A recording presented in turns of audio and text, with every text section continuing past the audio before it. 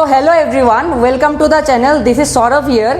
तो आज हम लोग डिस्कस करेंगे कि जेई 2024 जो है 2024 जो है उसके लिए प्रिपरेशन कैसे स्टार्ट करना है आप लोगों को। अभी जस्ट आप लोगों का बोर्ड एग्जाम खत्म हो गया, अभी क्या स्टार्ट करना है, जेई के लिए प्रिपरेशन स्टार्ट करना है। तो देखिए, पहला जो चीज है ना, आप लोगों के दिमाग में ये बैठा लीजिए कि ये दिमाग में घुसा लीजिए कि अच्छे से कि आप लोगों को जाना है कहाँ पे, आईआईटी पे। ठीक है ना, जेई के लिए प्रिपेयर कर रहे हो मतलब आईआईटी पे जाना है आप लोगों को, जो कि है इंडियन इंस्टीट्यूट ऑफ टेक्नोलॉजी। तो Indian Institute of Technology IIT JEE जो होता है वो एक बहुत ही टफ एग्जाम होता है।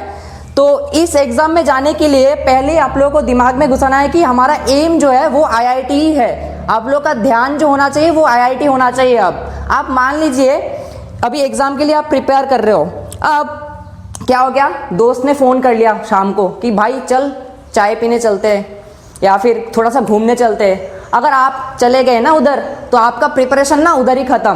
तो आपको क्या करना है, इसीलिए आपको एम फिक्स करना है फर्स्ट कि आपको ये 2 साल जो है आपके पास 2022 एंड 2023, ये 2 साल आपको बहुत ही अच्छे से इस एग्जाम के लिए ही प्रिपेयर करना है। दूसरी तरफ आपको ध्यान नहीं देना है। जितना भी आपके पास जो भी है फेसबुक, इंस्टाग्राम, ये सब कुछ बंद करना पड़ेगा आपको।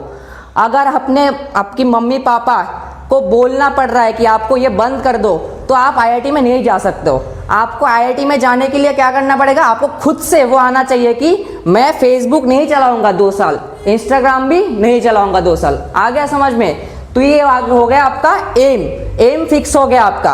अब किस में जाएंगे हम लोग, दूसरी जो चीज है वो है आपका कोचिंग सिलेक्शन या फिर टीचर सिलेक्शन। अब देखिए, दूसरा जो चीज है कोचिंग सिलेक्शन में क्या होगा, कोचिंग आप लोग कोचिंग मत देखिए, पहले फर्स्ट देखिए टीचर कौन सा अच्छा है। आपको पहले टीचर सिलेक्ट करना है, ना कि कोचिंग। देखिए कोचिंग में जाओगे आप लोग तो क्या हो जाएगा, मान लीजिए कोटा का कोई कोचिंग है, उसमें ऐसा होता है कि फिजिक्स केमिस्ट्री का अच्छा मिल गया आपको टीचर और मैथ्स का मिल गया खराब। अब क्या करते हैं वो बच्चे, मैथ्स का खराब मिल गया, अब वो बच्चे फिजिक्स केमिस्ट्री तो पढ़ लेते हैं कोई भी कोचिंग से, मैथ्स के लिए लगाते हैं अलग से ट्यूशन।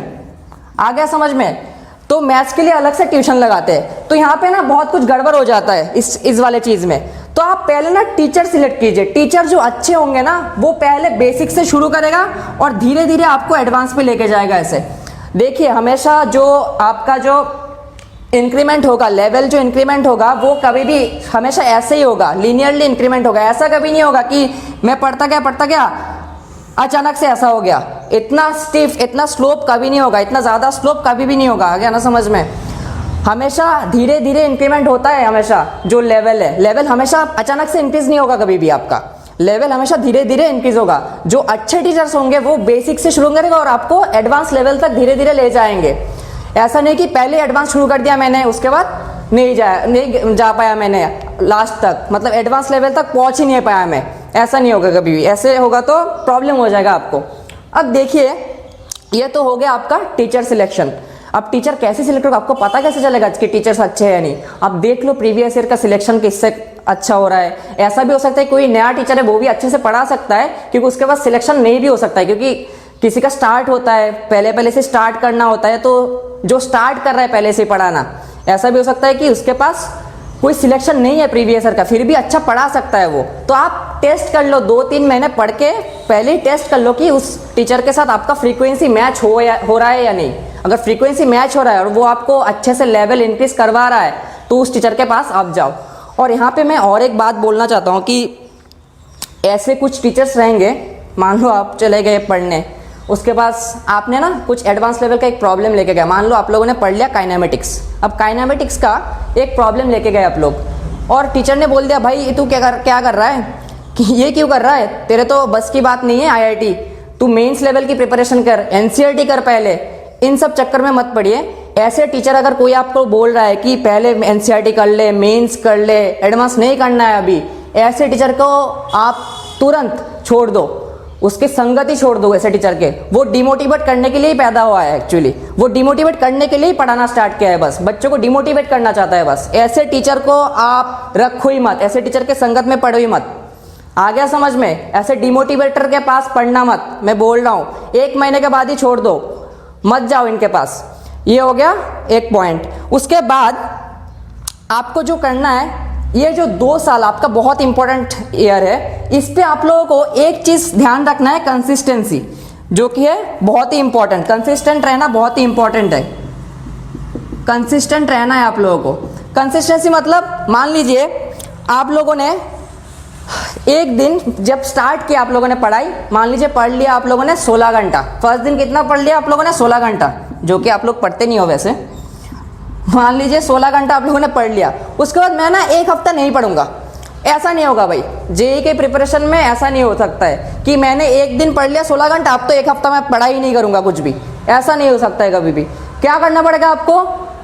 आप भले ही 16 घंटा मत पढ़िए एक दिन, आप भले ही 7 घंटा से 8 घंटा सेल्फ स्टडी कीजिए, लेकिन आपको ये कंसिस्टेंट करना है, हर एक दिन पढ़ना है। ऐसा नहीं कि मैं 2 दिन का गैप ले लिया, गैप नहीं ले सकते हो आप कोई भी। हाँ, गैप ले सकते हो, अगर आप बीमार हो तो गैप ले सकते हो उस टाइम पे, लेकिन ऐसा नहीं कि मैं अच्छा हूं और पढ़ने का मन नहीं कर रहा है। ठीक है, 1-2 दिन हो सकता है साल में, कभी कभी हो जाता है कि मान लीजिए महीने में 1 दिन पढ़ नहीं पाया मैं, अच्छा नहीं लग रहा है, ऐसे ब्रेक ले सकता हूँ। लेकिन ऐसा नहीं बोल रहा हूं मैं कि 1 हफ्ते का गैप ले लिया, 2 हफ्ते का गैप ले लिया, कुछ पढ़ा ही नहीं 2 हफ्ता, उसके बाद मतलब ऐसा नहीं सोच सकते हो तुम कि 1 हफ्ता पढ़ लिया, उसके बाद 1 हफ्ता नहीं पढ़ा, उसके बाद 1 दिन पढ़ के पूरा खत्म कर दोगे, ऐसा हो ही नहीं सकता है कभी भी।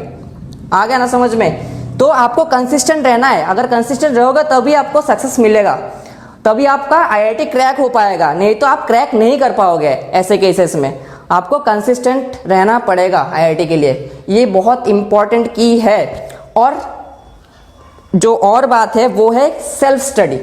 अब मान लीजिए आप लोगों का कोचिंग का जो क्लास होगा ना, मान लीजिए 3 क्लासेस रहता है, 3 या 2 क्लासेस रहता है दिन में। अगर 2 क्लासेस रहता है तो आपका कितने आवर्स उसमें जाएगा? मान लीजिए अप टू 4 to 5 आवर्स, ठीक है, इसमें कंज्यूम हो जाएगा। और 3 क्लासेस रहता है तो कितना हो जाएगा? 6 to 7 आवर्स, 6 to 7 आवर्स, तो 6 to 7 आवर्स। अब इसके अलावा आपको और भी 7 to 8 आवर्स की सेल्फ स्टडी चाहिए। ये सेल्फ स्टडी आपको चाहिए ही चाहिए। Self study is the most important की। सेल्फ स्टडी के अलावा, सेल्फ स्टडी अगर नहीं कर रहे हो आप तो आपका जेईई क्रैक नहीं हो पाएगा। मैं बोल रहा हूँ बार बार, सेल्फ स्टडी के विदाउट सेल्फ स्टडी आप जेईई क्रैक नहीं कर पाओगे। ठीक है, अब आते हैं लास्ट पॉइंट पे। लास्ट पॉइंट क्या है? आपका मॉक टेस्ट। अब मान लो आप कोई साथ वाले बच्चों के साथ जो पढ़ रहे हो ना, आपके फ्रेंड्स है, टीचर्स है, वो बोलेंगे कि बेटा तुम पढ़ाई कर लो 6 महीने 1 साल, उसके बाद मॉक टेस्ट देना चालू करना। जो भी मॉक टेस्ट मतलब जो प्रैक्टिस टेस्ट होता है आपका, जेईई लेवल का जो प्रैक्टिस टेस्ट होता है। अब देखिए इधर, जेईई लेवल का जो प्रैक्टिस टेस्ट होता है ना, वो अगर आप 1 साल के बाद देना स्टार्ट करोगे ना, मान लो आपका 11th खत्म हो गया, उसके बाद देना स्टार्ट किया, तब आपको क्या पता चलेगा कि ये तो इस लेवल के क्वेश्चन तो मैंने किया ही नहीं, इस लेवल के क्वेश्चन तो मेरे को पता ही नहीं है कहाँ से आ रहा है। तो ऐसा नहीं हो सकता है। आपको ना 11th के स्टार्टिंग से ही, मान लो आप 1 महीना पढ़ लिया, उसके बाद से आप मॉक टेस्ट देना चालू करो। मॉक टेस्ट बहुत ही इंपॉर्टेंट है। ऐसा नहीं कि 12th में जाके ही मॉक टेस्ट देना है। मॉक टेस्ट आपको स्टार्ट करना है 12th के पहले से ही, एकदम इनिशियल, सॉरी 11th के स्टार्टिंग से, नॉट 12th, 11th के स्टार्टिंग से आपको मॉक टेस्ट देना चालू करना है। Mock test very important, mock test is very important, क्योंकि आपको उसी से पता चलेगा कि क्वेश्चन पेपर कैसे होने वाला है। ठीक है, अब और एक बात ध्यान रखिए, जब आप लोग पढ़ाई शुरू करोगे ना, मान लो एक चैप्टर पढ़ लिया आप लोगों ने, मान लो प्रोजेक्टाइल मोशन पढ़ लिया, प्रोजेक्टाइल पढ़ लिया आप लोगों ने। अब आपको पता होगा कि प्रोजेक्टाइल जब पढ़ लोगे तो उस टॉपिक के रिलेटेड जो भी क्वेश्चन प्रीवियस ईयर के क्वेश्चन में पूछा गया है, जेईई एडवांस में या फिर जेईई मेन में, वो सारे क्वेश्चंस कर लेना है आपको। तभी आपको पैटर्न पता चल जाएगा कि किस टाइप के क्वेश्चंस आ रहे हैं, किस लेवल का क्वेश्चंस आ रहा है, या फिर कैसे टॉपिक्स या फिर कंसेप्ट्स मर्ज हो रहा है उधर। आपको ऐसे ही पता चलेगा कि कैसे किस किस कंसेप्ट से क्वेश्चन आ रहे हैं और कंसेप्ट को कैसे मिक्स किया जा रहा है उधर। क्योंकि जेईई एडवांस में पता है ना आप लोगों को, जेईई एडवांस में ऐसे सिंगल टॉपिक से क्वेश्चन आना बंद हो गया। अभी सिंगल टॉपिक से नहीं आते क्वेश्चन मिक्स हो जाता है एक दूसरे के साथ। ठीक है, तो ऐसे आप ध्यान रखिए कि क्वेश्चन मिक्स जो क्वेश्चन है वो सारे जेईई एडवांस में आते हैं। और मे भी नेक्स्ट जो वीडियोस आएंगे ना, उसमें मैं डिस्कस करूंगा कि किस टाइप के क्वेश्चंस आते हैं, जेईई एडवांस पूछती है अभी, या फिर जेईई मेन लेवल पे कैसे क्वेश्चंस आते हैं। आपको पता ही होगा कि जेईई एडवांस लेवल अगर कब कर लोगे ना तो जेईई मेन भी हो जाएगा। अब मैं फिर से बता रहा हूं कि इजी लेवल से तो शुरू करना है पहले, बट स्ट्रॉन्ग लेवल पे मतलब हायर एडवांस लेवल पे भी आपको जाना चाहिए। कुछ टीचर्स आपको बोलेंगे कि बेटा आप सिर्फ एनसीईआरटी लेवल कर लो, मेंस लेवल की प्रिपरेशन कर लो। देखो मेंस लेवल की प्रिपरेशन तो कर लोगे आप, बेस स्ट्रॉन्ग कर लोगे, लेकिन बेस बनाने के बाद उसके ऊपर बिल्डिंग भी तो चाहिए, नहीं तो आप कैसे पहुंचोगे आईआईटी तक। तो बेस के ऊपर बिल्डिंग बनाने के लिए आपको एडवांस लेवल के क्वेश्चंस करना पड़ेगा, एडवांस लेवल की बुक्स करना पड़ेगा, और वो पहले से शुरू कर दो।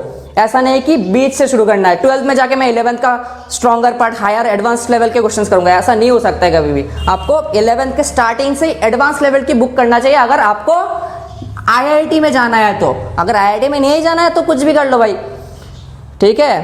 तो ये सारे स्टेप्स जो है ये सब अगर आप लोग फॉलो करोगे तो मेरा पूरा विश्वास है कि आप लोग आईआईटी तक पहुंच सकते हो, बहुत आराम से, बहुत ही इजी तरीके से आप आईआईटी तक पहुंच सकते हो, ठीक है। तो नेक्स्ट जो वीडियोस आएंगे मैं उसके बारे में भी बहुत डिस्कस करूंगा, बहुत सारा ट्रिक्स बताऊंगा, टिप्स बताऊंगा कि कैसे आप जेईई प्रिपरेशन के टाइम पे आप कंसिस्टेंट रहोगे, किस किस टाइप के क्वेश्चंस करना है, किस टाइप के बुक्स करना है, ठीक है। तो इस चैनल पे बने रहिए और सब्सक्राइब कर सकते हो आप अगर अच्छा लगे तो ये वीडियो। तो थैंक यू और स्टे ट्यून्ड।